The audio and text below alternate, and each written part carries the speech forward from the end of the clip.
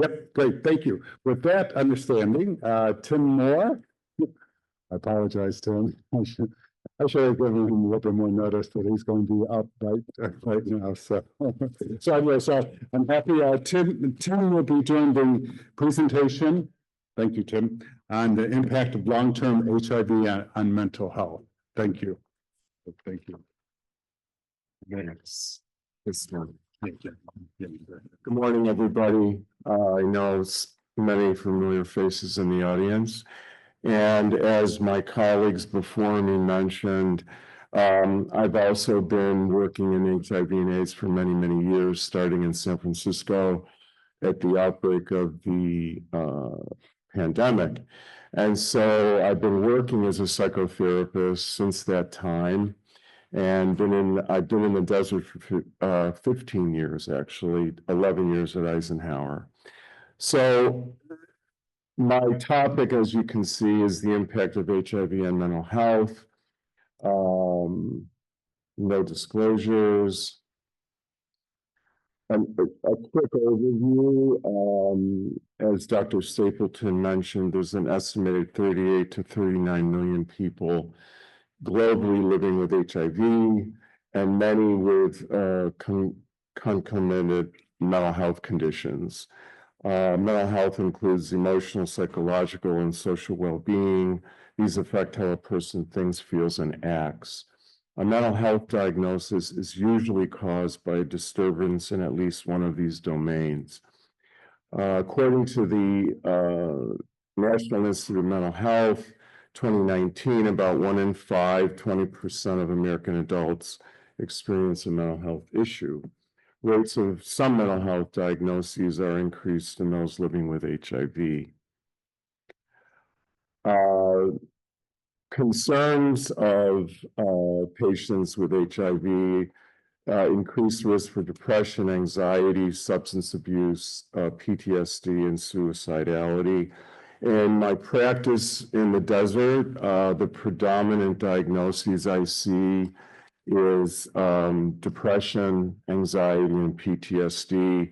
I've seen an uptake in PTSD in the last probably 2 to 3 years.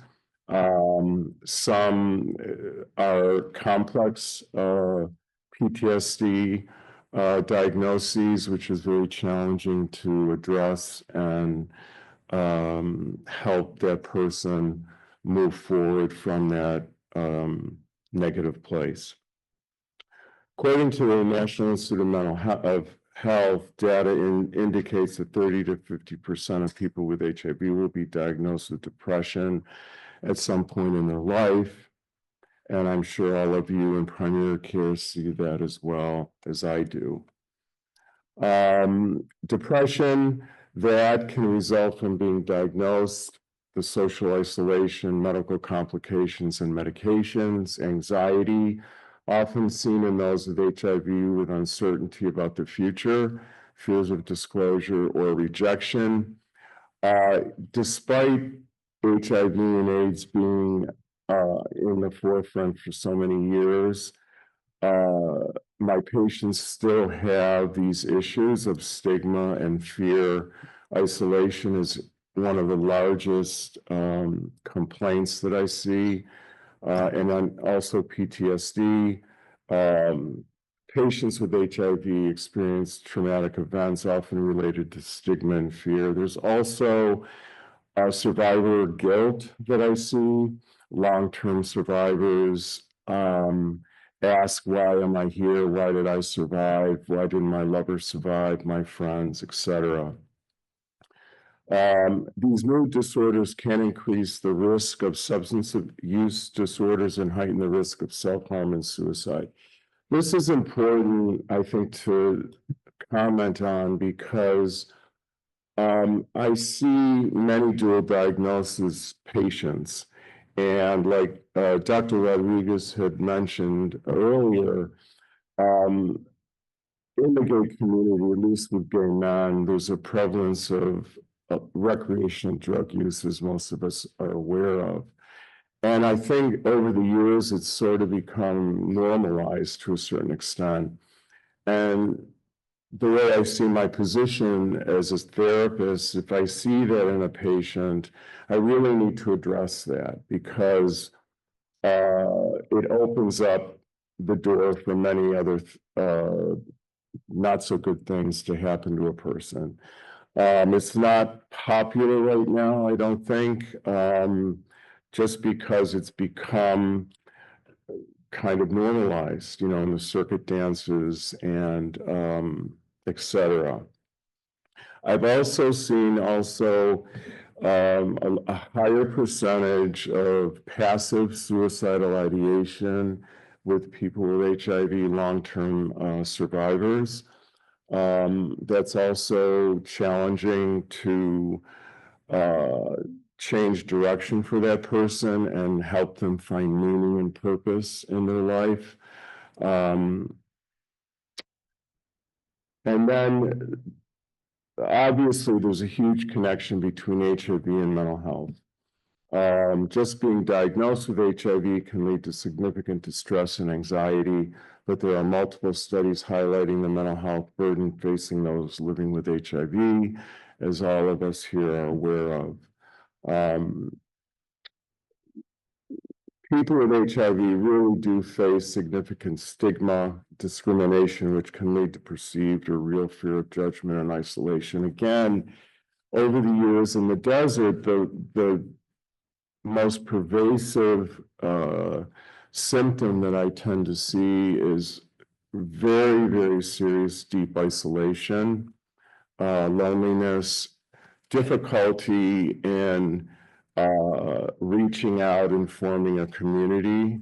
In the desert, many of gay men have come here from New York, San Francisco, LA, Chicago, larger cities, where they had a support system. And in the desert, it's a different dynamic, different demographics. So that's also a very challenging aspect of what I do. Let's see. So the minority stress model has been utilized to highlight the physical and mental health impact of facing prejudice, discrimination, marginalization, and stigma. Other research indicates the additive effects of stress on individuals with marginalized intersectional identities, race, ethnicity, sexual orientation, gender identity, immigration status, socioeconomic status. The other thing that I've been seeing too over the more recent years is the reluctance for trans people to come in for treatment. And that is alarming, and it's very upsetting because we're not reaching those people that we need to be reaching. I think there needs to be a lot more outreach in terms of that population of folks. There is an increased risk of physical health complications that affect overall well-being and mental health. There's chronic stress and the long-term management of this health condition. HIV-related infections can also affect the brain and the rest of the nervous system.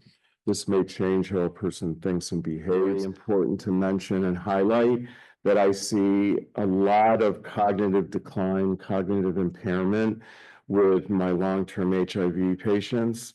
And it's also important to get them referred to neuropsych testing and also to get them on a right medication regimen to help that.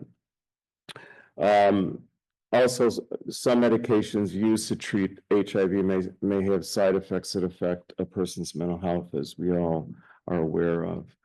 I'm going to keep this short and stop here.